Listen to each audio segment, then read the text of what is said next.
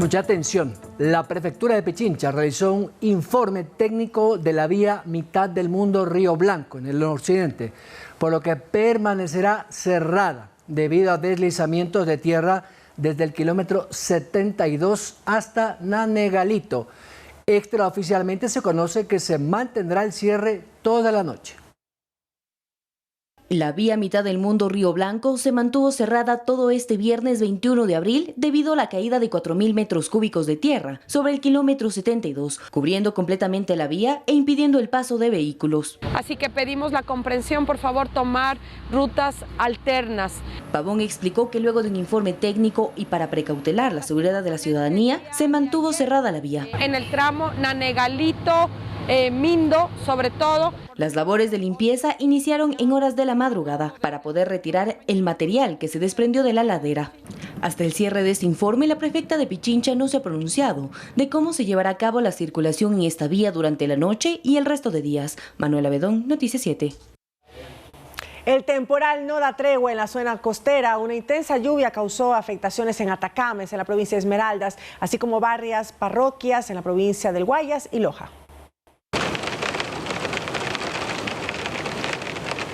El agua entró por todos lados después de más de 12 horas de lluvia. Canchas y viviendas amanecieron completamente inundadas en el cantón Atacames, en la provincia de Esmeraldas. Y esto los afecta porque tenemos bastantes niños pequeños, ¿sí? Y entonces ya mismo entran a clase, entonces necesitamos una ayuda. Transportistas informales tampoco pudieron trabajar porque las calles estaban también inundadas. Ahí a esperar que desahogue un poco el agua de la parte de acá y ahí va desahogando poco a poco de lo que está en la casa. La intensa lluvia también generó acumulación de agua en comunidades de la vía Durán-Boliche, en la provincia del Guayas. Ya casi tenemos como una semana ya inundada. La verdad es que no, o sea, ya es cuestión de la naturaleza, pues no, ya ha llovido bastante y no hay dónde evacuar el agua.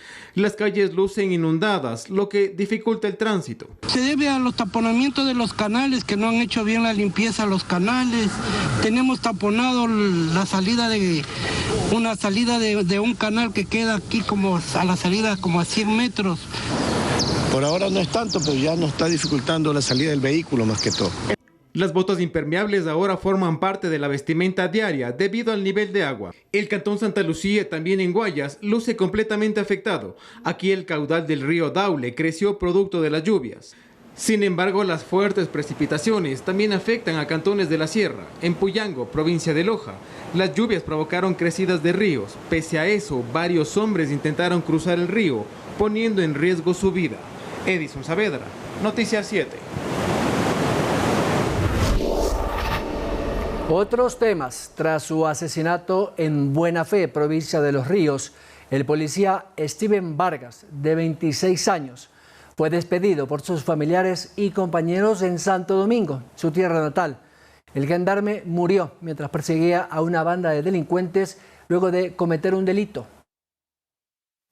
Steven Joel Vargas Bermeo, con 26 años de edad y 6 de ellos en la policía, fue sepultado en su natal Santo Domingo luego de que el joven fuera asesinado en Buena Fe, provincia de Los Ríos, en un enfrentamiento con delincuentes. Sus compañeros y familiares lo despidieron este viernes en medio del dolor y la indignación, según el jefe de talento humano de la policía.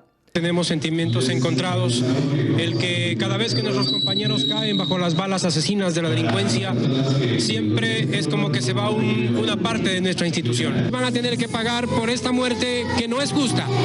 Nosotros estamos cada día frente a esa delgada línea azul entre la vida y la muerte. Estos 3 detenidos serían los responsables tras las investigaciones de inteligencia, dice, que fueron apresados en un operativo conjunto con Fuerzas Armadas.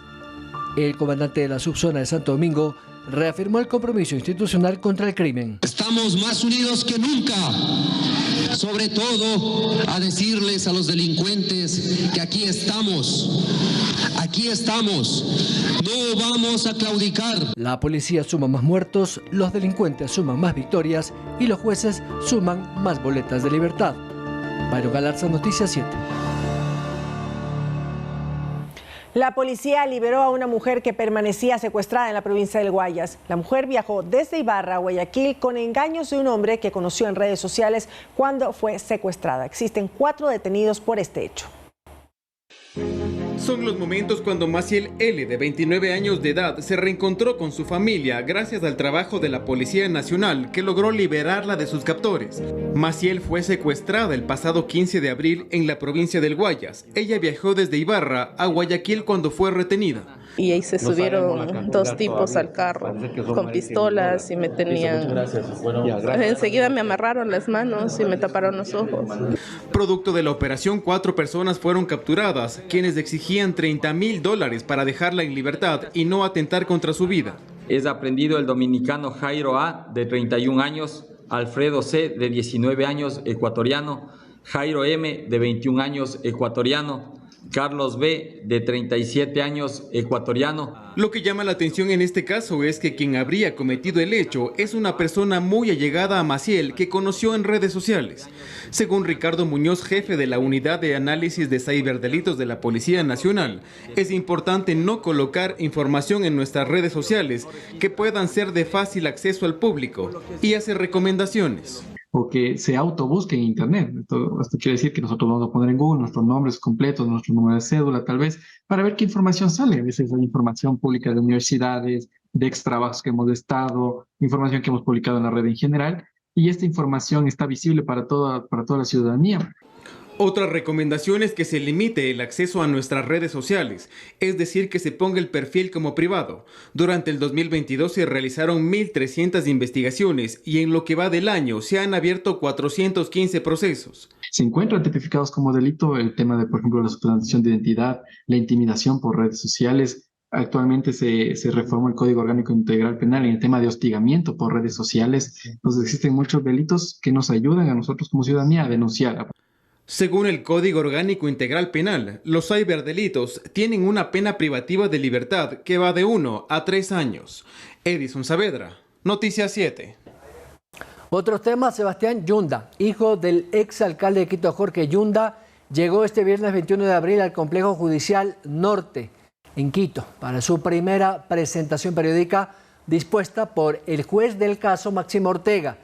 Sebastián Y. pagó $20,000 como caución, por lo que el magistrado le retiró la orden de prisión en su contra por presunta asociación ilícita.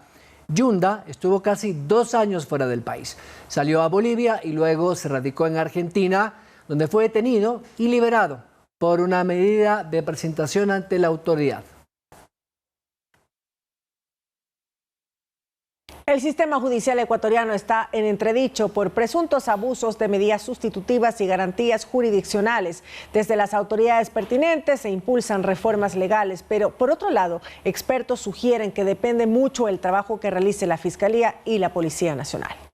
Ya no podemos estar de denuncia en denuncia, de queja administrativa a la judicatura. Así cuestionaba el ministro del Interior, Juan Zapata, las últimas decisiones judiciales que, en la mayoría de casos, han permitido que salgan en libertad sospechosos de crímenes, generando una sensación de inseguridad en la sociedad. Para entender cómo funcionan medidas como la prisión preventiva, el penalista Paulo Caña nos explica que en nuestro país existe un sistema de justicia adversarial. Con esto quiero decirlo que los jueces no tienen iniciativa propia. Si es que Fiscalía no solicita la prisión preventiva, los jueces no pueden ordenar esta prisión preventiva. Además, Ocaña resalta que para dictar prisión preventiva hay que cumplir ciertos requisitos establecidos por ley. Uno de ellos, los tipos penales o los delitos deben superar 1 año. Pero contrario a lo que se piensa en el país, hay un abuso de esta medida al punto que después se presenta acciones en contra del Estado ecuatoriano por esta indebida acción judicial. Por otro lado, también hay un evidente abuso de las garantías jurisdiccionales como el habeas corpus, habeas data y acciones de protección, que según datos de la Corte Nacional de Justicia en los últimos 5 años creció un 211%. Y aquí tenemos casos polémicos como la salida de prisión del ex vicepresidente Jorge Glass, sentenciado por corrupción, o el habeas corpus con el que dejó la cárcel el pasado 14 de febrero Junior Roldán, alias JR, cabecilla de los Choneros. A este se le suma la liberación de alias Gordo Luis, cabecilla de los Lobos, y Daniel Salcedo, procesado por delincuencia organizada luego de interponer cerca de una decena de habeas corpus. Salió de prisión el pasado diciembre.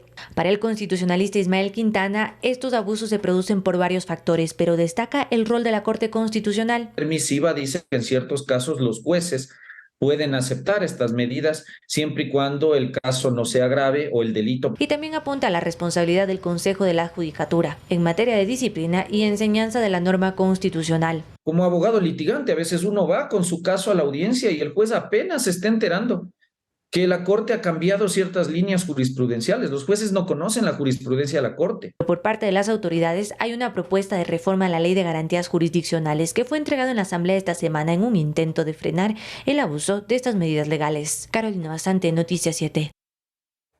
¿Los agentes municipales de seguridad deben portar armas? Hay muchas voces a favor. Y los nuevos alcaldes ya analizan su posible implementación con armas no letales. Los expertos nos explican qué tipo, cómo se deberían usar y cuándo. ¿Qué tipo de armas no letales deben usar los agentes metropolitanos o municipales? El tema del uso de armas de fuego también es recomendable al grupo de reacción que puede tener la institución, sea CTE, ATM, municipales. Es la pregunta que muchos ciudadanos se hacen ante la ola delincuencial y si ellos pueden apoyar a la policía en la prevención de delitos.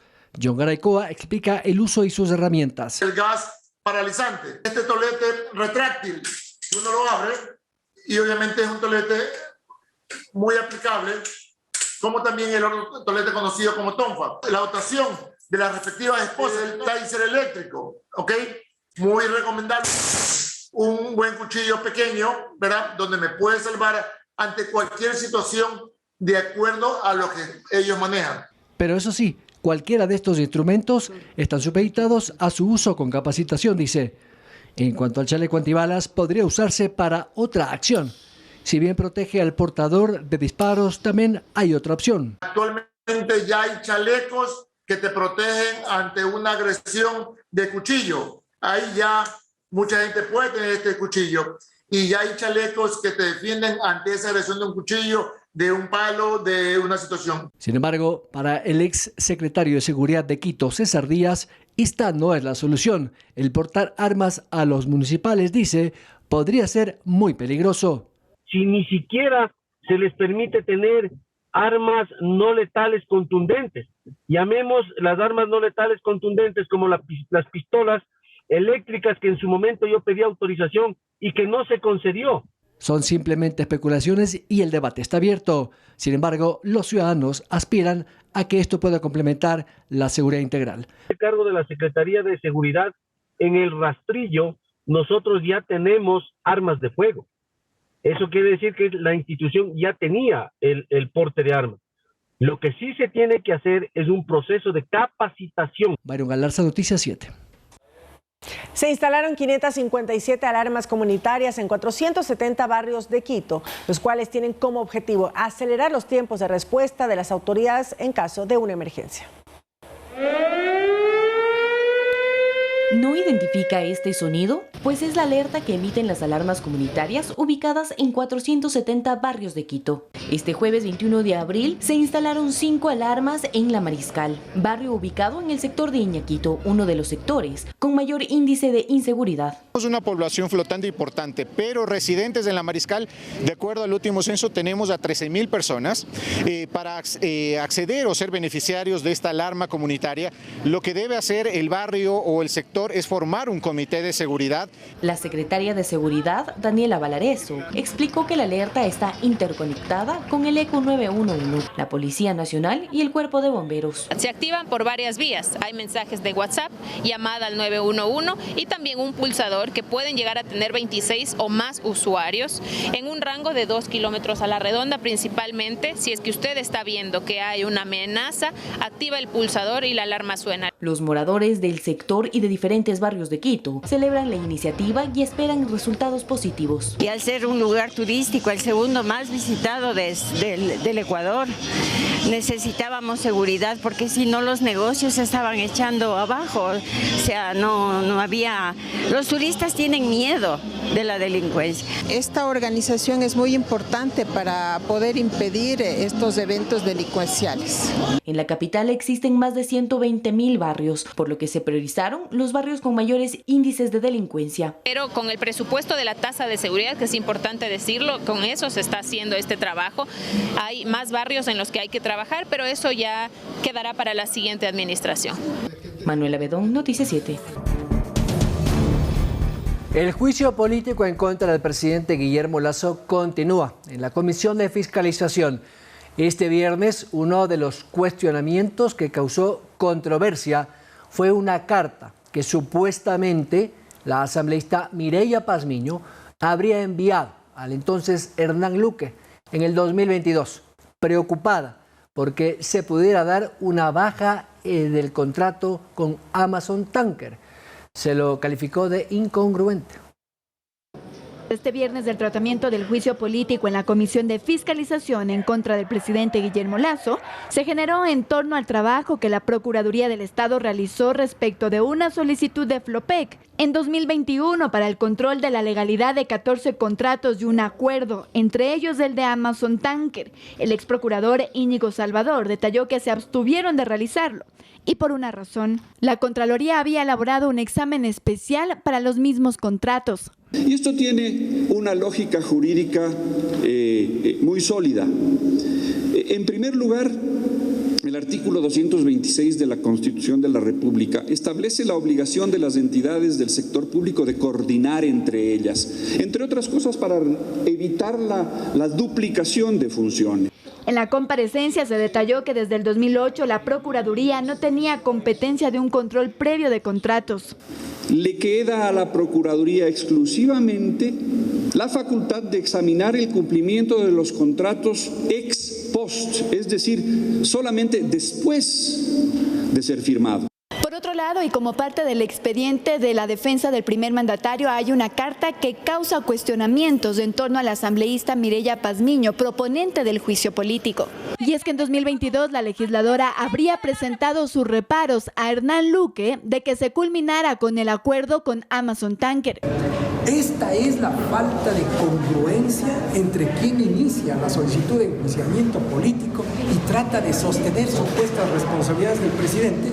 El criterio de una legisladora o el criterio de un informe no vinculante no es jurídicamente válido para este proceso de juicio político. Así continúa el juicio político en el legislativo. Este viernes hubo más de 10 comparecencias. Para la próxima semana está convocado el primer mandatario.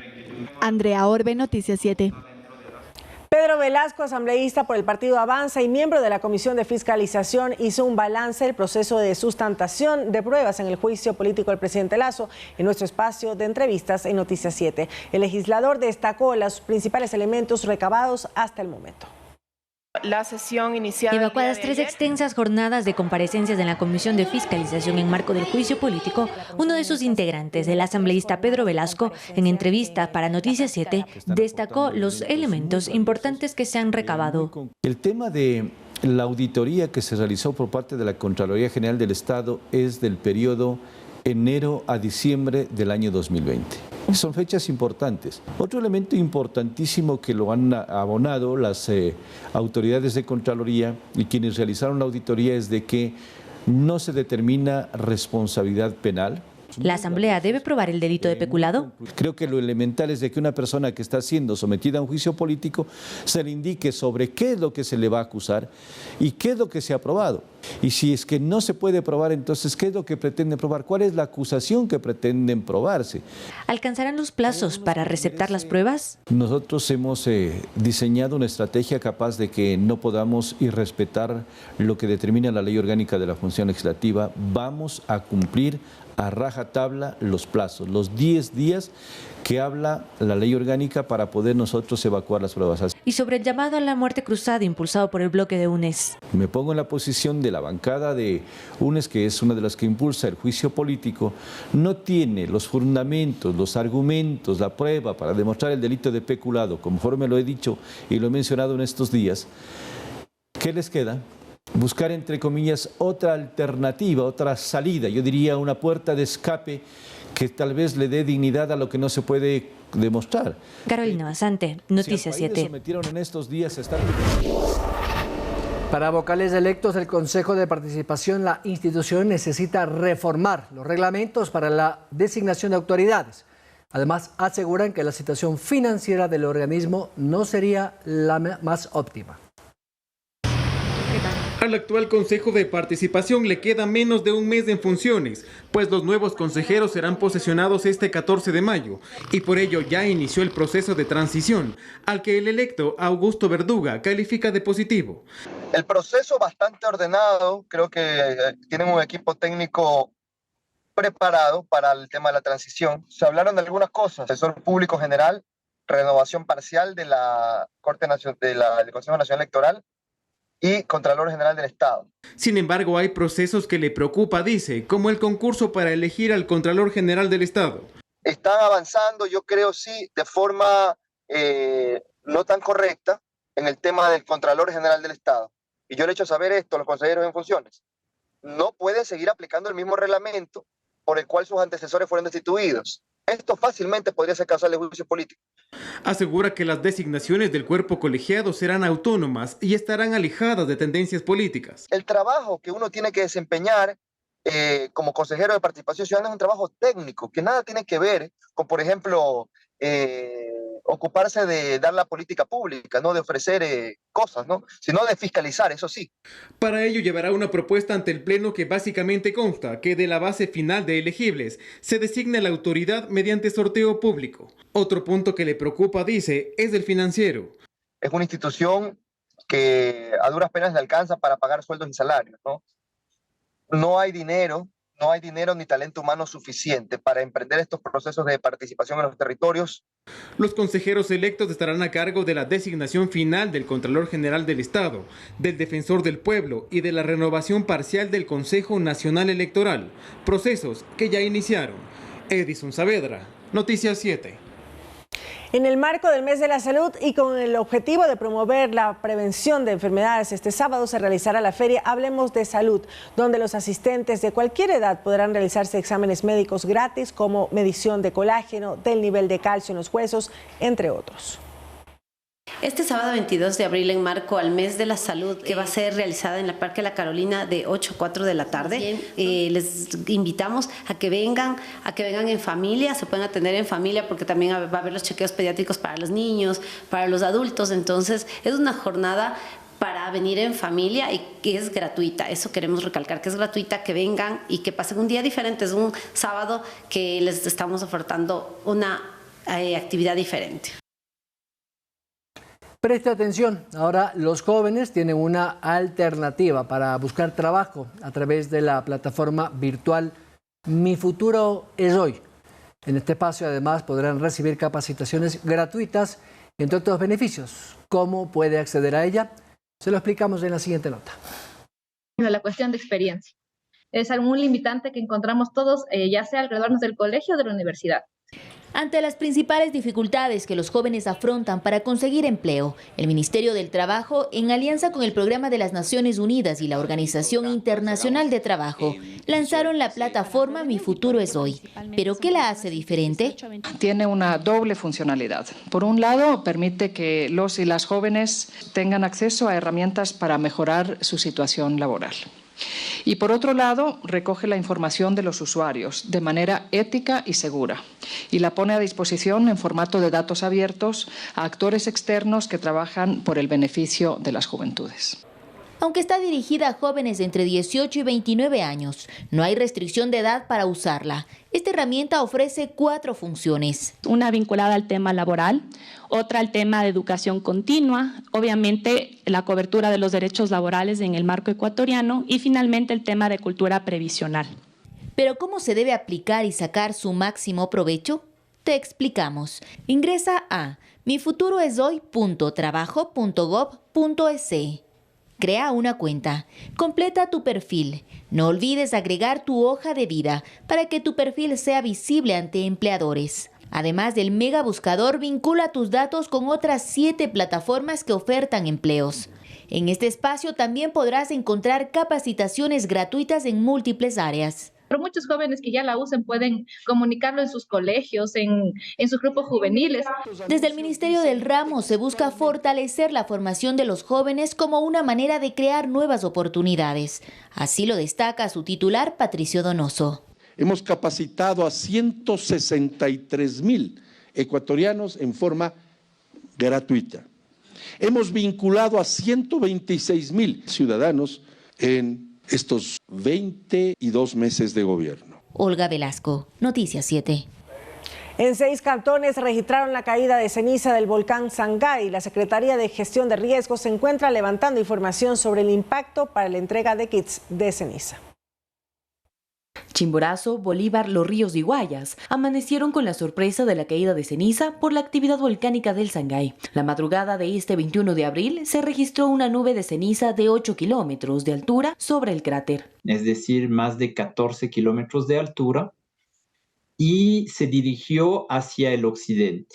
El volcán se ha mantenido en actividad desde el 7 de mayo del 2019. El vulcanólogo del Instituto Geofísico, Benjamin Bernat, explica que la actividad registrada la madrugada de este 21 fueron 3 expulsiones de ceniza. Es importante comparar ese pulso con los anteriores, entonces a nivel tanto de la sísmica como de los reportes de caída de ceniza, es un pulso más pequeño de los pulsos de 2020 y 2021. Según la Secretaría de Riesgos, la caída de ceniza ocasionó afectaciones principalmente en el cantón de Guamote, por lo que se está haciendo un levantamiento de información en este y el resto de cantones afectados para hacer la entrega de kits de ceniza. Esperamos ya en este caso la cuantificación exacta. Nosotros tenemos preposicionado a nivel nacional lo que son 29,000 kits de ceniza. Pues el kit tiene lo que son visores, bufanda, un buff, mascarillas, y también indicaciones generales sobre cómo usar este kit, ¿no? Además, para registrar las afectaciones en cultivos, el Ministerio de Agricultura y Ganadería se encarga de realizar inspecciones para posteriormente poder atender las necesidades de los agricultores.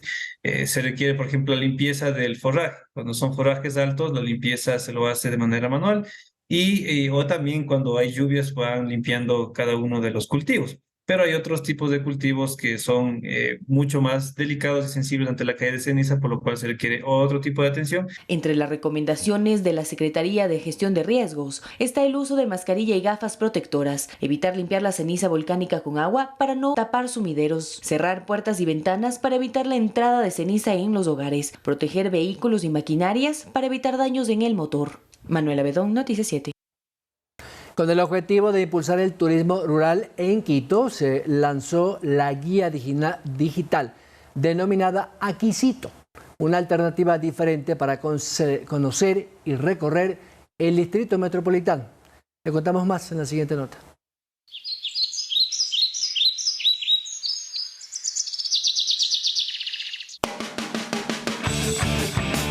Se imagina respirar aire puro, caminar por senderos que le invitan a desconectarse del estrés diario e incluso explorar parte de la historia en túneles. Lo puede hacer y tan solo a 40 minutos de la capital. Y a la vez en tan distancia corta usted llega a un mundo diferente, un mundo que está completamente a lo natural, ¿no? Rodeado de un cañón hermoso que es acá, que da el río Chiche. Puede contemplar la cordillera de los Andes, principalmente los volcanes, desde el Pichincha hasta el Cotopaxi, gozar del avistamiento de pájaros, de vida silvestre. Este es uno de los establecimientos registrados en Quito Turismo y como este hay cientos de lugares en las 33 parroquias del distrito metropolitano. Por ello desde el Cabildo se impulsó una guía turística rural denominada Aquisito. Compila toda la información de las 33 parroquias rurales, de todos sus atractivos, sus festividades y las actividades que se puede hacer, las recomendaciones para qué tipo de turista nacional o local. Rutas turísticas diseñadas y probadas de acuerdo a su gusto y necesidad, tanto para salir en familia o con amigos. Así lo explica la gerente de Quito Turismo, Cristina Rivadeneira. Tendremos actividades como senderismo, en especial es uno de los más buscados. Tenemos la parte de montañismo, tenemos también visita de cascadas, tenemos rutas ciclísticas también que son muy conocidas. Entonces, esas entre las más populares que se pueden encontrar. De esta manera se prevé fortalecer el turismo en todo el distrito metropolitano, pues se espera aumentar los ingresos en un 10% respecto al año pasado. Nosotros ya cerramos con 530,000 turistas no residentes que llegaron a nuestra ciudad. El gasto promedio de estos turistas no residentes es de al menos $150 diarios. Este año esperamos llegar a las cifras previas a la pandemia, que son al menos 600,000 turistas que lleguen a nuestra ciudad, y eso definitivamente es un impacto económico muy importante. Además, se promociona a Quito como destino gastronómico, pues la zona andina tiene mucho que explotar, así lo detallan chefs reconocidos internacionalmente. El cocinero local comienza a entender los valores de su producto, y ese afán de mostrar lo propio, lo autóctono, ha hecho que muchos cocineros ecuatorianos, una camada de cocineros ecuatorianos que es impresionante y que tuvieron la experiencia de estar en diferentes restaurantes por el mundo, hayan vuelto a su país y mostrar una gastronomía totalmente diferente, una revolución de la gastronomía ecuatoriana. Conozca todos los atractivos que tiene la capital a través de la guía turística rural, que la puede descargar en www.visitquito.es. Tu historia comienza en Quito. Olga Velasco, Noticias 7. Y en su cuenta de Twitter, el ministro de Finanzas, Pablo Arosemena, señaló que una jueza aceptó parcialmente la vulneración de derechos al acceso de la justicia y dispuso que se articule una mesa técnica en 30 días para realizar un informe que incluya de forma urgente los proyectos pendientes para el financiamiento del sistema judicial. Esto en relación a la acción de protección interpuesta por el titular de la Judicatura, Wilman Terán. La magistrada no dio paso al pago de $265 millones. Sin embargo, Terán en sus redes sociales señaló que se declaró vulneración de derecho a la tutela judicial y que el presupuesto deberá ser reestructurado de manera urgente.